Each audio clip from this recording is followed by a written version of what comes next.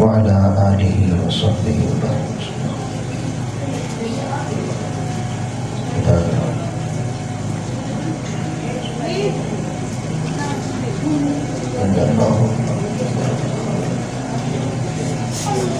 نحمده ونصلي ونسلم على سيدنا ونبينا ومولانا وملجانا ومأوانا محمد رسول النبي الكريم الأمين المكين الرؤوف الرحيم. أما بعد فأعوذ بالله من الشيطان الرجيم. بسم الله الرحمن الرحيم. وأنزل الله عليك الكتاب والحكمة وعلمك ما لم تكن تعلم وكان فضل الله عليك عظيما. صدق الله مولانا العظيم.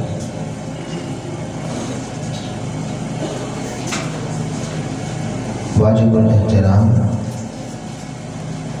مشایخ اسلام، علماء کرام، مہمانان ذی وقار، قائدین تحریک منہاج القرآن، منہاج القرآن علماء کونسل، منہاج القرآن ویمن لیگ، منہاج القرآن یوتھ لیگ، MSM کے تمام طلباء و طالبات اور پاکستان عوامی تحریک کے تمام قائدین اور کارکنان اور رفقا اور اراکین اور دروس عرفان القرآن کی ان مبارک علمی، روحانی اور تربیتی نشستوں میں تشریف لانے والے تمام خواتین حضرات، اللہ کا شکر ہے کہ اس نے ہمیں رمضان المبارک کی ان پرنور ساعتوں میں قرآن اور صحب قرآن کی تعلیمات سے مستفید ہونے کی توفیق عطا فرمائے۔ اس پر ہم جتنا اللہ کا شکر ادا کریں وہ کم ہے۔ آج آخری نشست ہے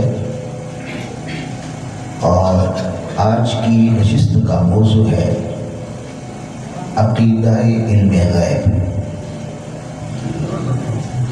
جب ہم عقیدہ علم غیب کی بات کرتے ہیں تو اس سے مراد یہ ہے جس پر اہل سنت کا عقیدہ ہے اور صحابہ کرام کا تھا، وہ یہ کہ اللہ تعالیٰ نے اپنے پیارے حبیب صلی اللہ علیہ وآلہ وسلم کو ما کانا وما یکون کا علم عطا فرمایا، یعنی جو کچھ جب سے کائنات بنی اور اس وقت سے لے کر جنت کے داخلے اور بعد از داخلے کے بعد بھی جتنا علم ہے، جو کچھ ہونا ہے، اللہ تعالیٰ نے سب اپنے حبیب کے سینے میں وہ علم رکھ دیا۔ غیب کہتے ہیں، یعنی غیب کی تعریف کیا ہے، پہلے اس کو ہمیں سمجھنا چاہیے۔ اللہ تعالیٰ نے حصول علم کے لیے 5 ذریعے بنائے، انسان کو دیے۔ آنکھ سے علم آتا ہے، یعنی ہم جاننا چاہتے ہیں کہ یہ سرخ کلر ہے، یہ سفید ہے، کلرنگ کا فرق، کوئی چیز کتنی موٹی ہے، کتنی پتلی ہے، کتنی لمبی ہے، کتنی چھوٹی ہے۔ علی ھذا القیاس تمام علوم باصرہ یہ آنکھ سے آتے ہیں۔ اگر آنکھ نہ ہو تو انسان ایک بہت بڑے علم سے محروم رہ جاتا ہے۔ اسے کہتے ہیں قوت باصرہ، دیکھنے کی۔ دوسرا ذریعہ، آپ مجھے سن رہے ہیں، آنکھ بتا رہی ہے کہ بندے کے ہونٹ ہل رہے ہیں، ہاتھ ہل رہے ہیں، کوئی کلام کر رہا ہے، لیکن کلام کیا کر رہا ہے یہ آنکھ نہیں بتاتی، یہ کان بتاتے۔ یعنی آواز مرد کی ہے، آواز عورت کی ہے، جانور کی آواز کیسی ہوتی ہے، پرندوں کی آواز کیسی ہوتی ہے، وغیرہ وغیرہ۔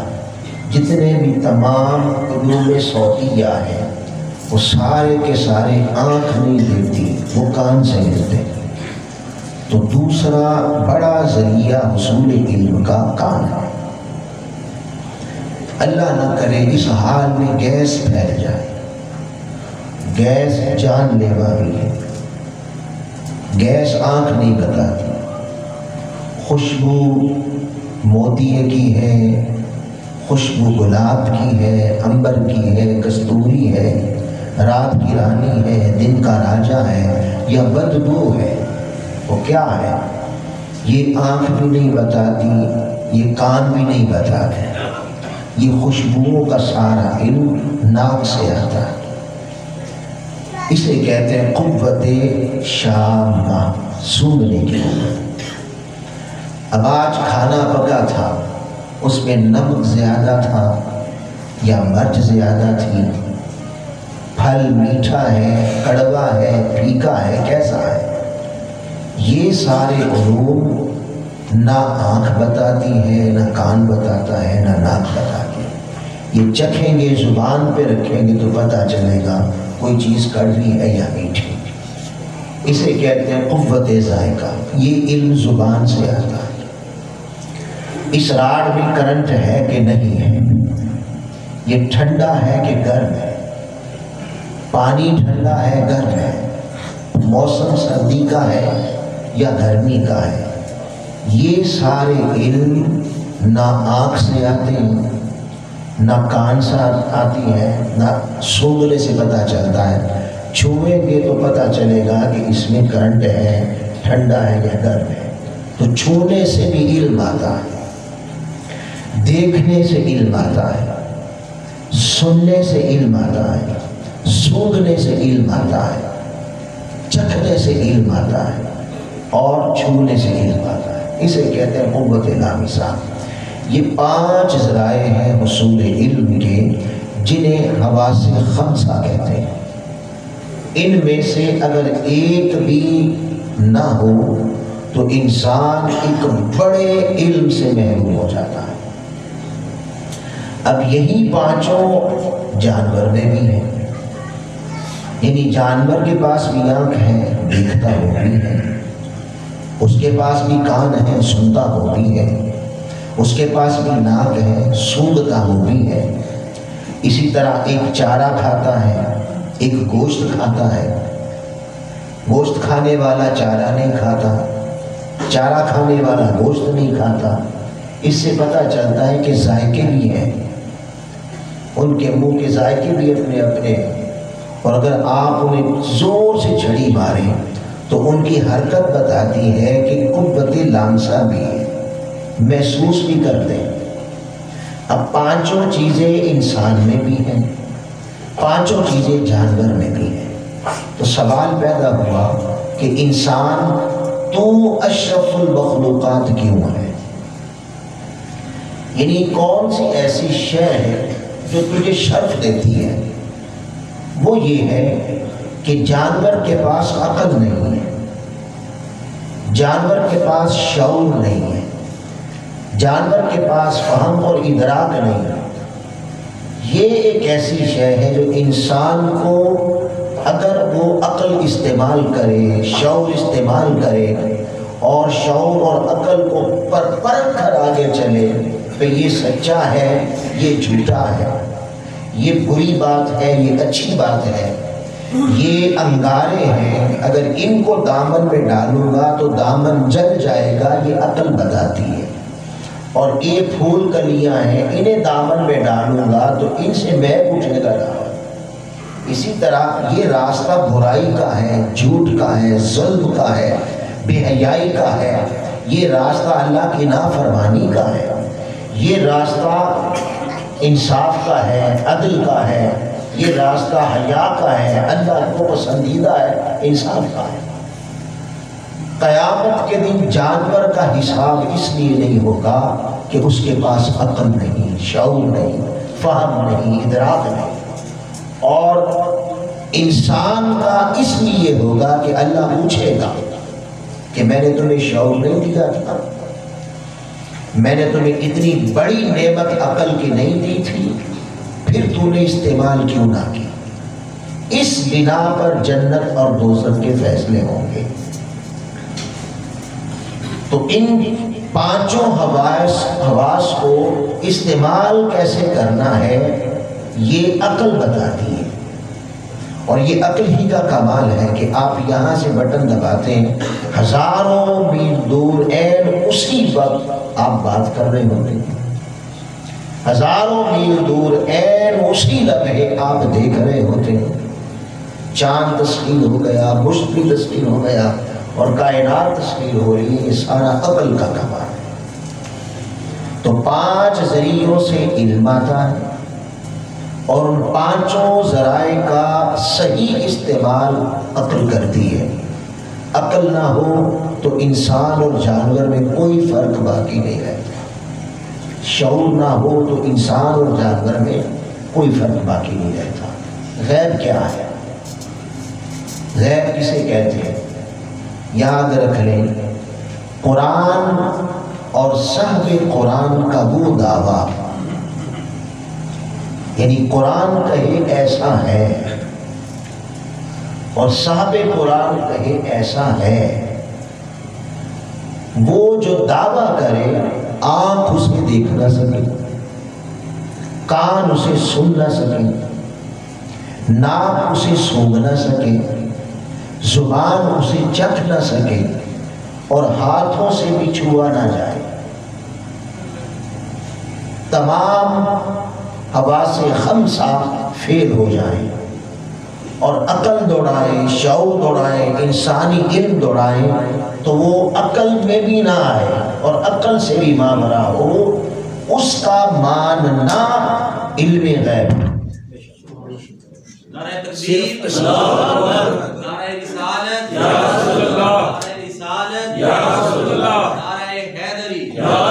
صرف اس لیے ماننا کہ حضور نے کہا، صرف اس لیے ماننا کہ قرآن نے کہا، اس لیے قرآن مجید نے قاری قرآن کو جو ہی قرآن کھولا تو پہلا جملہ یہ بتایا، یعنی آپ نے قرآن کھولا تو قرآن جو پہلی بات کرتا ہے وہ کہتا ہے ذالک الکتاب لا ریب فیہ۔ یہ لا ریب فیہ کا معنی کیا ہے؟ لا ریب فیہ کا معنی یہ ہے کہ اس میں شک نہیں۔ کیا معنی؟ شک ہمیشہ عقل کرتی ہے، ہمیشہ عقل کرتی ہے۔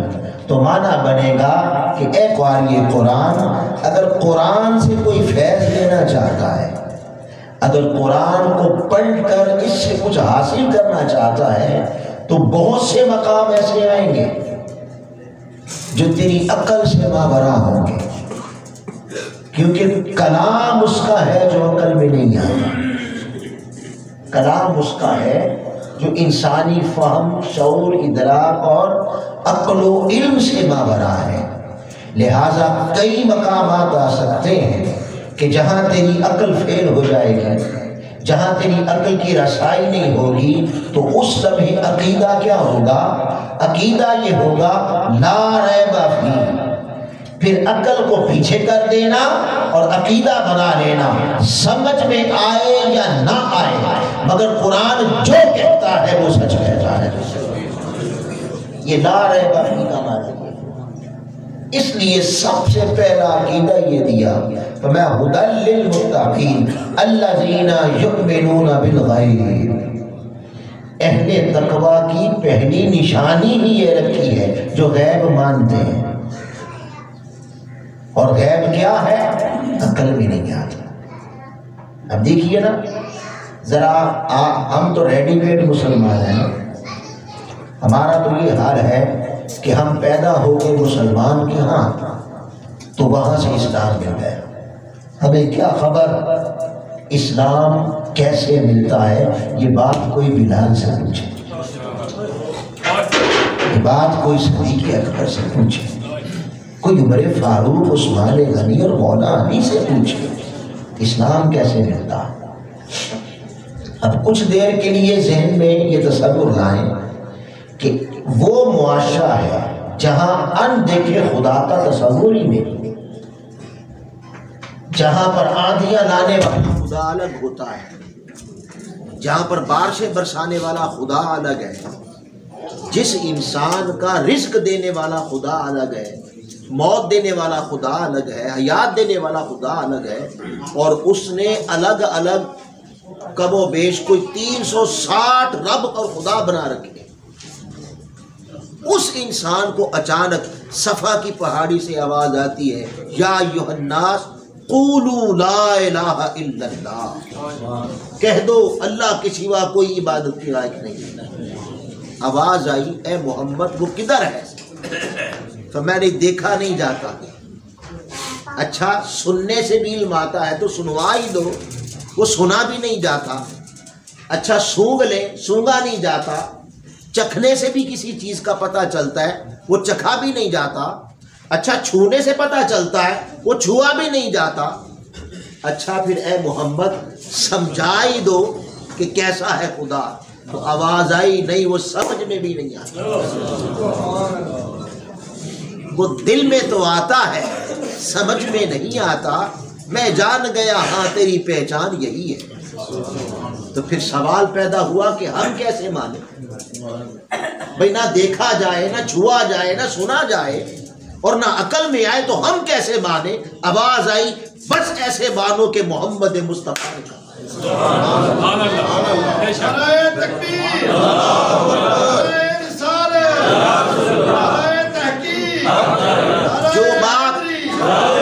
جو بات محمد مصطفیٰ کہہ دیں، غیب کیا ہے؟ جو بات محمد مصطفیٰ کہہ دیں، قرآن کہہ دیں، حواس خمسہ سے اس کا علم نہ آئے اور سمجھ بھی وہاں پر ہاتھ جوڑ کے کھڑی ہو جائے، عقل بھی، شعور بھی، انسانی علم بھی اس تک رسائی نہ رکھے، اسے کہتے ہیں وہ غیب ہے۔ حضور کی زبان اور قرآن سے سن کر ماننا علم غیب کے عقیدے کو کہتے ہیں۔ یہ علم غیب کا عقیدہ مان لے، اور اگر عقل دوڑائی کیسے، یہ کیسے، کیوں، کب کہا، ایمان کی غارت ہو جائے گا۔ اب قرآن مجید کہہ رہا ہے الذین یؤمنون بالغیب ہدی للمتقین، قرآن سراپا ہدایت ہے، مگر یہ ہدایت کے چشمے کن پہ کھولتا ہے؟ جو غیب پر ایمان لائے۔ اب مجھے بتائیں کہ اگر غیب ماننا نہیں ہے، غیب پر اگر ایمان لانا ہے تو کوئی غیب بتائے گا تو ایمان لائیں گے؟ اگر قرآن کہہ رہا ہے کہ غیب مانے، غیب پر ایمان لانے، تو پھر غیب کوئی بتائے گا تو مانیں گے۔ تو اگر کوئی بتائے ہی نہ غیب کا تو ایمان کا معنی کیا؟ تو جو غیب بتائے گا وہ وہی بتائے گا جس کے پاس غیب کا علم ہوگا، جو غیب کی خبریں دے گا۔ ارے آقا علیہ السلام تو آقا علیہ السلام ہے، ہر نبی غیب کی خبر دیتا ہے، ہر نبی غیب کی خبر دیتا ہے۔ تو بنیادی قاعدہ قرآن مجید نے بتا دیا کہ ایمان بنتا ہی تب ہے آپ غیب مانیں، اور غیب بتاتا ہی اللہ کا پیغمبر ہے، اس لیے اسے نبی کا معنی یہ ہے جو غیب کی خبریں دے۔ اور غیب کیا ہے؟ جو عقل میں نہیں آتا، شعور میں نہیں آتا۔ میں نے آپ کے سامنے یہ اس کی خوشی کو بند کر دیں اور بات صاف کریں ذرا، یہ عجیب سی گونج رہی ہے آواز۔ تھوڑی سی اونچی کر دیں. اعوذ باللہ من الشیطان الرجیم. میں نے آپ کے سامنے جو شروع میں تھی نا جب میں بیٹھا تھا اس کو آپ نے وہیں پر بھیجا ہے واپس. درود پاک پڑھیں. اللہم صلی علی سیدنا محمد وعلی آلہ. قرآن مجید کی آیت نمبر سورہ النساء کی آیت نمبر 113 میں یہ اللہ کی توفیق سے اور حضور علیہ السلام کی نالین پاک کے تصدق سے ہم نے تلاوت کی، جس میں اللہ پاک نے فرمایا وَأَنزَلَ اللَّهُ عَلَيْكَ الْكِتَابَ. حضور اللہ تعالیٰ حضور سے خطاب فرمایا، اے میرے حبیب صلی اللہ علیہ وسلم، آپ پر میں نے اللہ نے جو کتاب نازل کی ہے اور حکمت نازل کی، اللہ نے آپ پر کتاب اور حکمت کو نازل کیا. وہ کتاب کون سی ہے؟ قرآن. اس کا نام قرآن ہے. قرآن حضور پر نازل ہوا اور فرمایا کما ارسلنا فیکم رسولا منکم یتلو علیکم آیاتنا ویزکیکم ویعلمکم الکتاب. وہ آپ کو کتاب کی تعلیم دیتا ہے، یعنی آقا علیہ السلام قرآن کی تعلیم دینے آئے، قرآن پڑھانے آئے. یہی بات ہے. تو قرآن اللہ کی کتاب ہے اور پڑھانے کے لیے اللہ نے زمین پر جسے منتخب کیا وہ آقا علیہ السلام. وَيُعَلِّمُكُمُ الْكِتَابَ وَالْحِكْمَةَ. وہ تمہیں کتاب کی تعلیم دیتے ہیں. اب ذرا قرآن سے متعلق قرآن ہی سے پوچھ لیں قرآن کیا ہے، قرآن کی عظمت کیا ہے، قرآن کی فضیلت اور بزرگی کیا ہے. قرآن مجید کو پڑھیں تو قرآن مجید کہتا ہے وَكُلَّ شَيْءٍ فَصَّلْنَاهُ تَفْصِيلًا. ہر شے، یعنی قرآن وہ کتاب ہے کہ اس میں ہر شے کا مفصلاً بیان ہے، تفصیلاً بیان آ گیا. اب یہ جو لفظ ہے کل، یہ میں اور آپ نہیں کہہ رہے، یہ رب کائنات فرما رہا ہے. کل، تو جب اللہ کل کہے گا تو اس کا معنی یہ ہوا کہ اس کل کے نیچے کائنات کا ہر ذرہ آ گیا، یعنی یہ کل داخل ہے کائنات کے ہر ذرے کو.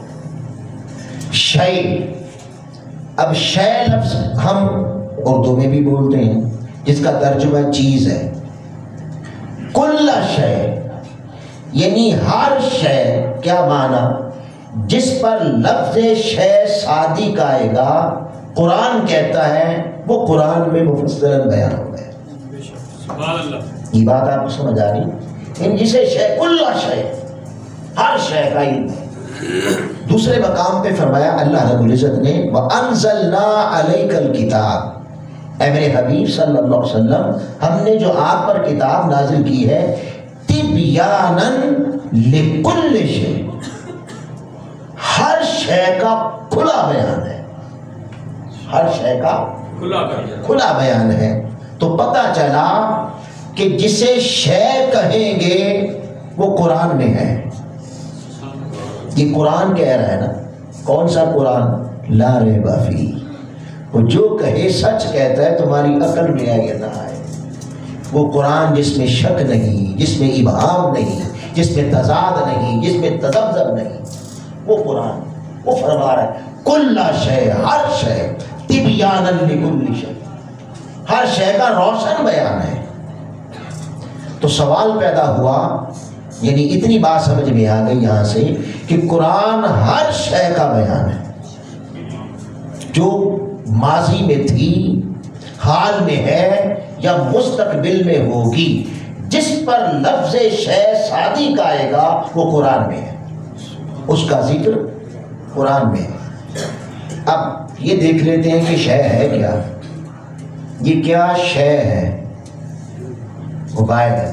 تو پتہ چلا یہ بھی شے ہے. تو اگر یہ شے ہے تو کل شے فصلنا ہو تفصیلا، اس کا بیان قرآن میں مفصل ہے. تو پتہ چلا کہ اس موبائل کا بھی ذکر قرآن میں ہے کیونکہ یہ بھی شے ہے. یہ کیا شے ہے؟ آپ کہیں گے مائک، تو مائک بھی شے ہوا نا، تو اگر مائک شے ہے تو اس کا ذکر بھی قرآن میں ہے۔ علی ھذا القیاس آپ کو جو کچھ نظر آ رہا ہے یا نظر نہیں آ رہا اور ہے، وہ ایک شے ہے، وہ ایک شے ہے۔ یہ کیا شے ہے؟ بسکٹ ہے۔ یہ کیا شے ہے؟ بھئی کپڑا ہے۔ یہ کیا شے ہے؟ بھئی ٹوپی ہے۔ فرشتہ کیا شے ہے؟ انسان کیا شے ہے؟ لوح کیا شے ہے؟ قلم کیا شے ہے؟ علی ھذا القیاس ہم کہہ سکتے ہیں کہ کائنات میں جو کچھ ہے وہ ایک شے ہے۔ کائنات میں جو کچھ ہے وہ ایک شے ہے، اور اگر وہ ایک شے ہے تو کل شیء فصلناہ تفصیلا، تو پھر ہر شے کا بیان قرآن میں ہے۔ ہر شے کا بیان قرآن میں ہے، تو ہم کہہ سکتے ہیں کہ جو کچھ کائنات میں ہے وہ قرآن میں ہے، کیونکہ ایک شے ہے نا، تو جو کچھ ہے کائنات میں ہے وہ قرآن میں ہے۔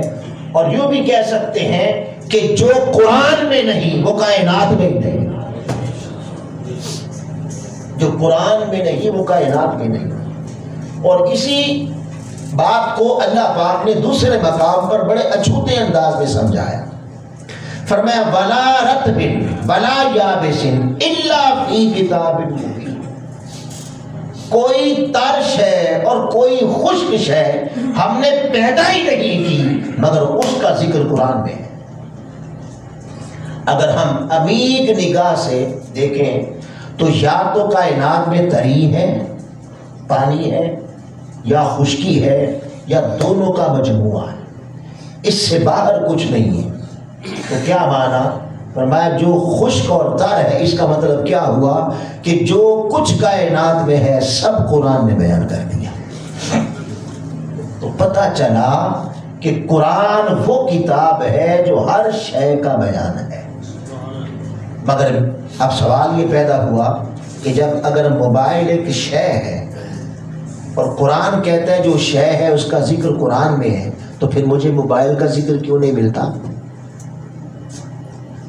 یہ ایمپلیفائر پڑا ہوا ہے، یہ بھی ایک شے ہے، اس کا ذکر بھی قرآن کے مطابق قرآن میں ہے، مجھے کیوں نہیں ملتا؟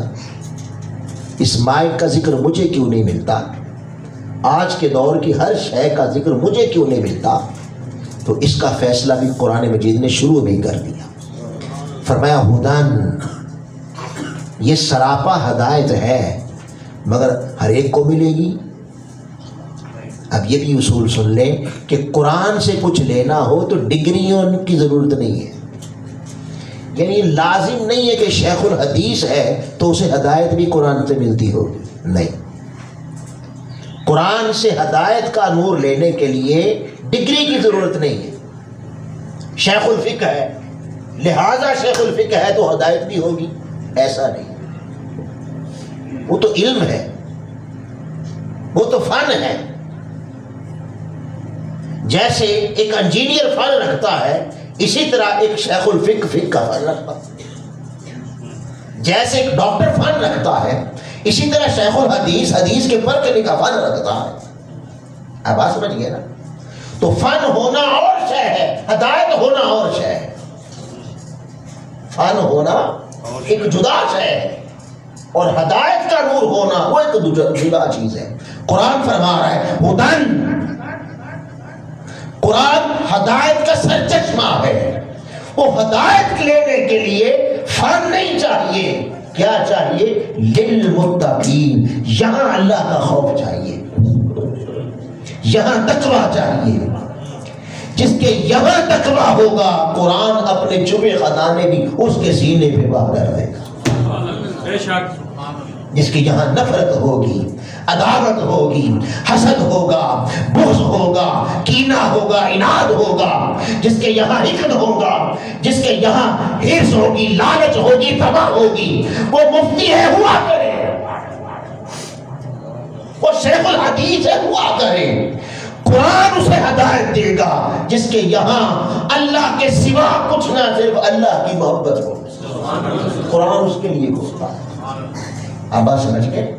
قرآن نے دو ٹوک فیصلہ کر دیا کہ قرآن سے ہدایت لینی ہو تو ہدی للمتقین، اسے کنڈیشنل کر دیا، اس کے لیے کپڑے نہیں، دل سنورا ہونا چاہیے، اس کے لیے شکل و صورت نہیں، دل اچھا ہونا چاہیے۔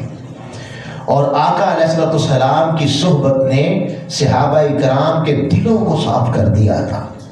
وَيُزَكِّيهِمْ، وہ کپڑے سے زیادہ تزکیہ نفس کرتے تھے، دل سے حرص ختم کرتے تھے، دنیا کی لالچ ختم کرتے تھے۔ پھر اس بارگاہ سے جنہیں فیض ملا، پھر قربان جائیں حضرت عبداللہ ابن عباس رضی اللہ تعالیٰ عنہ، آپ فرماتے ہیں حضور نے فرمایا کہ میری امت کا سب سے بڑا قرآن کا مفسر عبداللہ ابن عباس نے۔ وہ فرماتے ہیں، عبداللہ ابن عباس فرماتے ہیں کہ میرے اونٹ کی رسی، وہ اونٹ کی رسی بھی شے ہے کہ نہیں؟ شے ہے نا۔ وہ فرماتے ہیں میرے اونٹ کی رسی گم جائے، میں قرآن کھولتا ہوں، قرآن بتا دیتا ہے وہاں پڑھیے۔ یعنی اگر یہاں تقویٰ ہو تو قرآن سب بتاتا ہے۔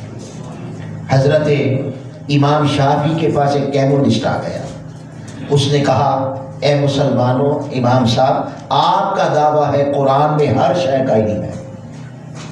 وہ ماہر فلکیات تھا، نجومی تھا۔ اس نے کہا یہ جو اجرام فلکی ہیں ان کی ایک سیدھی چال ہے اور ایک الٹی چال ہے۔ وہ کہنے لگا سیدھی چال مجھے قرآن سے مل گئی ہے، ڈھونڈنے والوں کو دنیا بھی نہیں دیتے، مجھے سیدھی چال مل گئی ہے، الٹی کہاں ہے؟ امام صاحب نے فرمایا سیدھی کہاں ہے؟ اس نے کہا کل فی فلک یسبحون، تمام اجرام فلکی پوری کائنات کا ذکر ہے، ہر شے کا ذکر ہے۔ اس کے بعد سوال و جواب کا سیشن شروع ہو گیا۔ ایک عیسائی پروفیسر نے کہا کہ آپ نے ڈاکٹر صاحب اس بات کو ثابت کیا ہے قرآن مجید سے کہ قرآن مجید میں ہر شے کا علم ہے، اور قیامت تک اور بعد القیامت جو کچھ ہوگا سب قرآن میں ہے۔ تو میرا سوال یہ ہے کہ آج 1300 سال کے بعد، قرآن کے نزول کے 1300 سال کے بعد انسان نے چاند پہ قدم رکھا، چاند پہ قدم رکھا، تو کیا قرآن میں اس واقعہ کا ذکر ہے؟ آپ نے ایک لمحے کا توقف کیے بغیر فرمایا ہاں اس کا بھی ہے۔ وہ حیران ہو گیا، اس نے پوچھا کدھر ہے؟ آپ نے سورہ انشقاق پڑھی، میں والقمر، قسم ہے چاند کی۔ کس چاند کی؟ اذا اتسق، جو 14ویں کا ہوتا ہے، پورا ہوتا ہے۔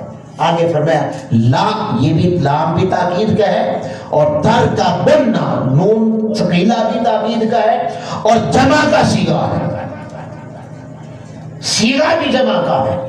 اور راکب عربی میں کہتے ہیں کہ جو کسی چیز پر سوار ہو کے چلے، سوار ہونے والے کو راکب کہتے ہیں۔ تو معنی بنے گا لتر کا بننا، ضرور بالضرور تم میں سے کم 3 آدمی، کیونکہ جمع عربی میں 2 سے نہیں ہوتی، 3 سے ہوتی ہے۔ 3 آدمی راکب بنیں گے، کوئی سواری بنائیں گے، اس کے اوپر راکب بن کے چلیں گے، اور جب چلیں گے تو کہاں تک چلیں گے؟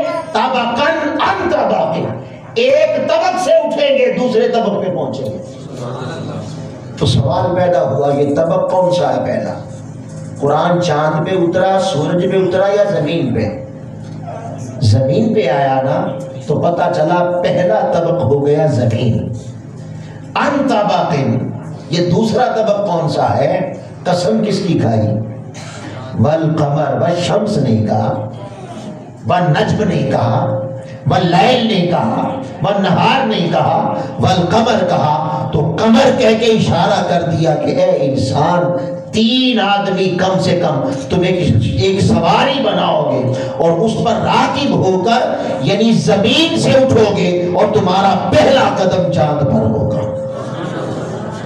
فرمایا تم تو صرف پوچھتے ہو کہ ذکر ہے کہ نہیں ہے، قرآن تو تعداد بھی بتا رہا ہے، اور اپولو 11 میں 3 بندے تھے، دو نہیں تھے.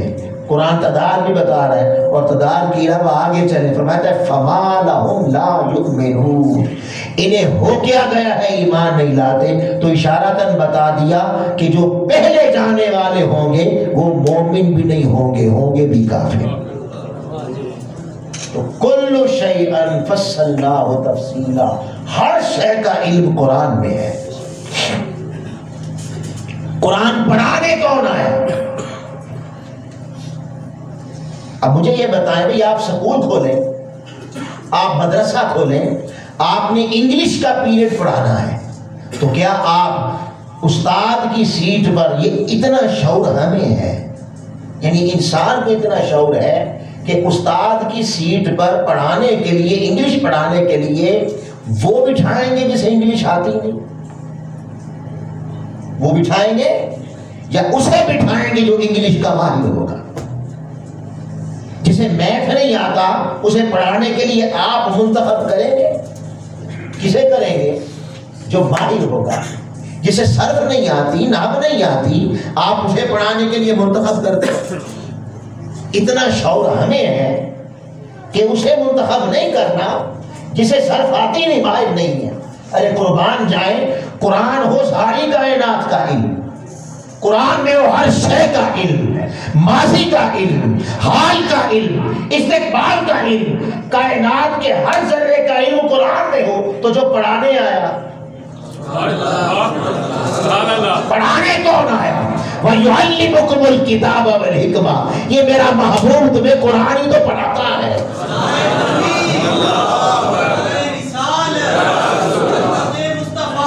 حیرت ہے کہ قرآن مانے کہ ہر شے کا علم ہے، یہ مانے کہ قرآن میں ہر شے کا علم ہے، اور یہ نہ مانے کہ جو پڑھانے آیا اسے علم نہیں. عجیب منطق ہے، عجیب سوچ ہے کہ جو پڑھانے آیا اسے علم نہیں. ارے لوگوں، خدا کی عزت کی قسم، قرآن جو ہر شے کا علم ہے،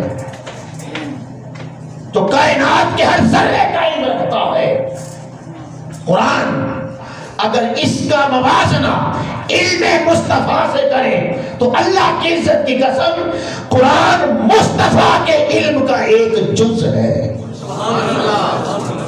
اللہ نے حضور کے سینے میں کیا رکھا، اور آقا پر اللہ نے کیا کیا عیاں کر دیا، اسے عقل انسانی جان ہی نہیں سکتی، اسے فہمی انسانی سمجھ ہی نہیں سکتا. اس لیے پیر بہرلی شاہ رحمۃ اللہ علیہ کا بڑا پیارا مشورہ ہے، وہ قبول کر لے. اے غلام، تجھے ایک ہی عقیدہ رکھنا چاہیے، کیا؟ کوئی مثل نہیں ڈھولنا، کوئی مثل نہیں ڈھولنا دی، چپ کر بہرلی تھا جا رہی وہ جو بشری کائنات بھی پار کر رہا ہے، وہ جو سدرۃ المنتہا سے بھی آگے جا رہا ہے، کون جانے وہ کیا ہے اور کون جانے وہ کتنا علم رکھتا ہے، کون جانے. پھر یہاں پر اللہ رب العزت نے آگے فرمایا وَعَلَّمَكَ مَا لَمْ تَكُنْ تَعْلَمُ. آیا کہ پیارے، جو تو نہیں جانتا تھا، تو پتہ چلا کہ حضور ایک وقت نہیں جانتے تھے، ایک وقت نہیں جانتے تھے. جانا کب؟ جب اللہ نے عطا کر دیا. تو یہاں ایک عقیدے کی درستی کر لیں، ہم افراد و تفرید میں چلے جاتے ہیں. یہ یاد رکھ لیں کہ جب تک اللہ نے نہیں بتایا حضور نہیں جانتے، اور اللہ نے جب بتا دیا تو پتہ چلا کہ حضور کا وہ اپنا نہیں، اللہ کی عطا کا علم ہے. جو حضور کے پاس علم ہے وہ ذاتی نہیں، عطائی ہے. جو اللہ کے پاس علم ہے وہ اللہ کا ذاتی علم ہے، وہ کسی نے عطا نہیں. قرآن کہہ رہا ہے علمک ما لم تکن تعلم. پیارے، جو تو نہیں جانتا تھا وہ بتا دیا، وہ تیرے سینے میں رکھ دیا، وہ علم عطا کر دیا. تو پتہ چلا کہ یہ جملہ حضور کی طرف منسوب کرنا کہ حضور یہ نہیں جانتے، قرآن کہتا ہے جو نہیں جانتے وہ تو میں نے بتا دی، بھئی قرآن کہتا ہے جو نہیں جانتے وہ تو بتا دیا، اور یہ جو نہیں جانتے تھے جب میں نے سب کچھ بتا دیا، وَقَانَ فَضْلُ اللَّهِ عَلَيْكَ عَظِيمًا، اے پیارے یہ اللہ کا تجھ پہ بہت بڑا فضل ہے کہ تجھے سب کچھ بتا دیا۔ اب یہ جملہ حضور کی طرف منسوب نہیں ہو سکتا کہ حضور یہ نہیں جانتے، حضور وہ نہیں جانتے، یہ کہنا قرآن کے خلاف ہے، مخالفت ہے۔ قرآن تو کہتے ہیں جو نہیں جانتے وہ تو میں نے بتا دیا۔ اب نہیں جاننے کا جملہ حضور کی طرف نہیں ہو سکتا، وہ جو بھی ہو اللہ نے سب کچھ بتا دیا۔ اب یہ لے لینا ایک قاعدہ بنا لینا، بھئی پوچھا کیوں؟ اگر جانتے تھے تو یہاں کیوں پوچھا؟ اگر جانتے تھے تو اللہ سے 50 نمازیں کیوں لے کے آئے؟ اگر جانتے تھے تو سید عائشہ کے متعلق حضرت عمر سے کیوں پوچھا؟ یعنی پوچھنا بے علمی کی علامت، یہ قاعدہ بنا رکھا۔ اگر یہ قاعدہ بنا لیا جائے کہ پوچھنا بے علم کی علامت ہے تو پھر استاد تو صبح شام پوچھتا ہے، میں پڑھانے والا پوچھتا نہیں، وہ پڑھانے آئے تھے، بعثت لمعلما، وہ ساری کائنات کے استاد بن کے آئے تھے۔ پوچھنا بے علمی کی علامت اگر مان لیا جائے، پوچھا لہذا بے علم تھے، استغفر اللہ معاذ اللہ، اگر یہ مان لیا جائے تو پھر استاد کا سارا چیپٹر ہی کلوز ہو جائے گا۔ اور یہ پھر قاعدہ اگر یہ بنا لیا جائے تو پھر اس کی زد میں، اس قاعدے کی زد میں اللہ بھی معاذ اللہ استغفر اللہ، اللہ کی ذات بھی نہیں بچے گی، وہ بھی آ جائے گی۔ اللہ پاک قرآن مجید میں حضرت موسیٰ سے پوچھتا ہے ما تلک بیمینی کا یا موسیٰ، اب لے اپنا قاعدہ، اللہ پوچھ رہا ہے اے موسیٰ تیرے دائیں ہاتھ میں کیا ہے؟ اب لے آئے قاعدہ کہ پوچھنا بے علمی کی علامت ہے، تو اگر پوچھنا بے علمی کی علامت ہے تو معاذ اللہ کیا کہیں گے ادھر؟ کہ اللہ کو علم نہیں تھا کہ دائیں ہاتھ میں کیا؟ استغفر اللہ۔ کوئی مثل نہیں ڈھولنا دی، چپ کر میرے لیے تھا جانے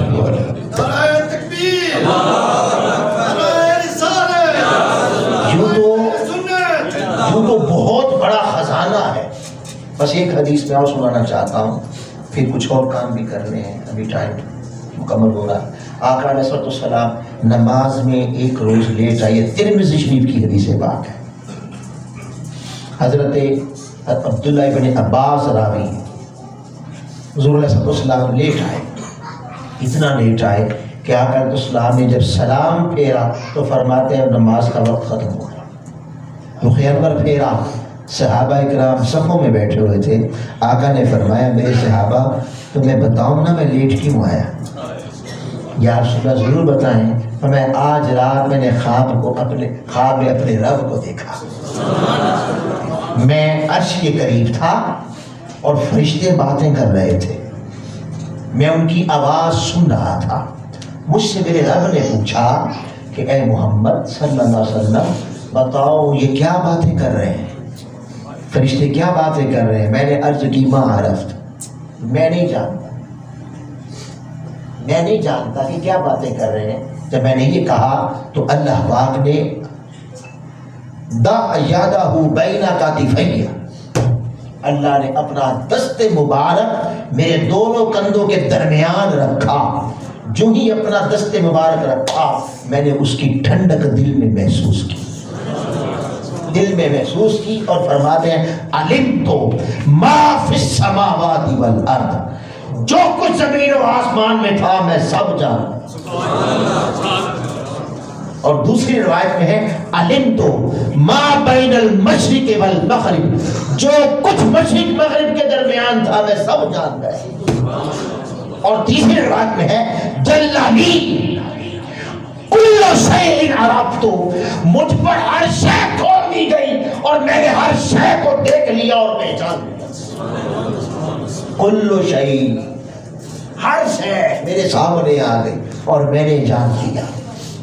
اب بعض کہتے ہیں، وہ عقیدہ رکھتے ہیں کہ نہیں، وہ جب اللہ بتاتا تھا اس وقت جانتے تھے،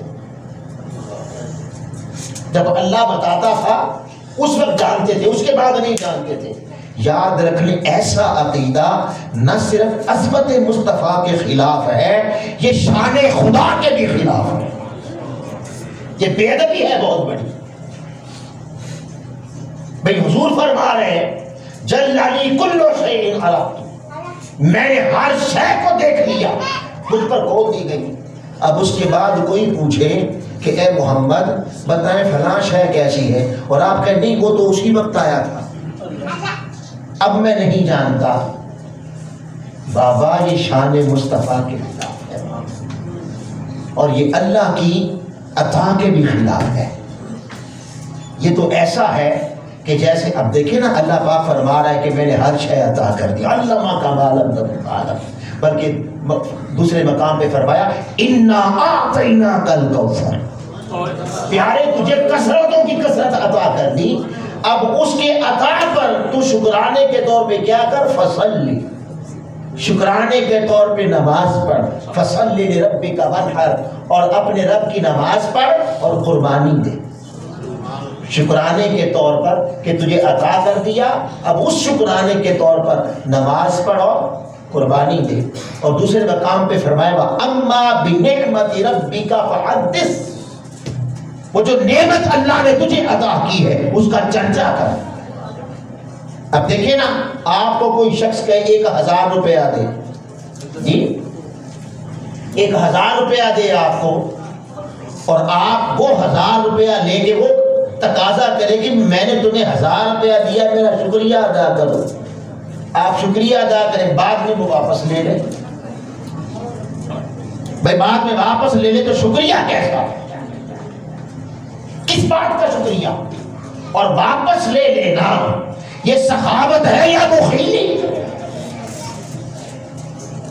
آپ کو سمجھ آ رہی؟ وہ واپس لے لینا سخاوت ہے یا؟ کوئی بخیل سے بخیل شخص بھی ایسا نہیں کرتا کہ دے کے واپس لے لے، اور وہ جو جواد ہے، وہ جو کریم ہے، وہ پہلے دے اور پھر واپس لے لے، کہ اس کی جوادی اور سخاوت کے خلاف ہے۔ نہیں، حضور کو جو کچھ عطا کر دیا بس عطا کر دیا، وہ عطا کر دیتا ہے۔ مسلم شریف اور بخاری شریف کی حدیث پاک ہے، آقا علیہ السلام ممبر پر تشریف فرما ہوئے، آپ نے ابتدائے خلق سے بیان شروع کیا۔ ظہر کی نماز کا وقت آیا، نیچے اترے، نماز پڑھی، پھر ممبر پہ تشریف لے گئے، پھر بیان شروع کر دیا، پھر عصر کی نماز پڑھی، پھر بیان شروع کر دیا۔ صحابہ کہتے ہیں حتیٰ کہ ابتدا سے لے کر انتہا تک، حتیٰ کہ جنت کے داخلے میں آخری جنتی اور جہنم کے داخلے میں آخری جہنمی تک کا ذکر کر دیا۔ فنسیا ما نسیا، جو بھول گیا وہ بھول گیا، وہ حافظہ ما حافظہ، اور جس نے جو یاد رکھا اسے یاد رہ گیا۔ اور فرماتے ہیں ہم میں سب سے بڑا عالم اسے سمجھا جاتا تھا جسے وہ زیادہ یاد تھا۔ آقا نے فرمایا میں قیامت تک ہر اپنے اوپر ایمان لانے والے امتی کو پہچانتا ہوں،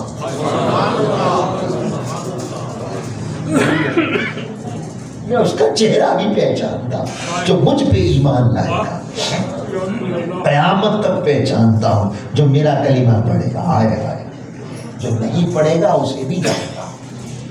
یہ فرمایا بعض منافق چمگوئیاں کرنے لگے کہ دیکھو اتنا بڑا دعویٰ کہ میں قیامت تک ہر ایمان لانے والے کو پہچانتا ہوں، ہمیں پہچانتے ہی نہیں، ہم ایمان نہیں لائے۔ یہ بات یعنی علم مصطفیٰ پہ تان کیا کہ وہ جانتے نہیں، پہچانتے نہیں، یہ علامت ایمان کی نہیں ہے، یہ علامت نفاق کی۔ منافقین نے یہ باتیں شروع کر دی۔ حضور منبر پہ تشریف لائے، سب کو حاضر کر دیا، اللہ کی حمد و ثنا کے بعد فرمایا نبی کے علم پہ تان کرتے ہو،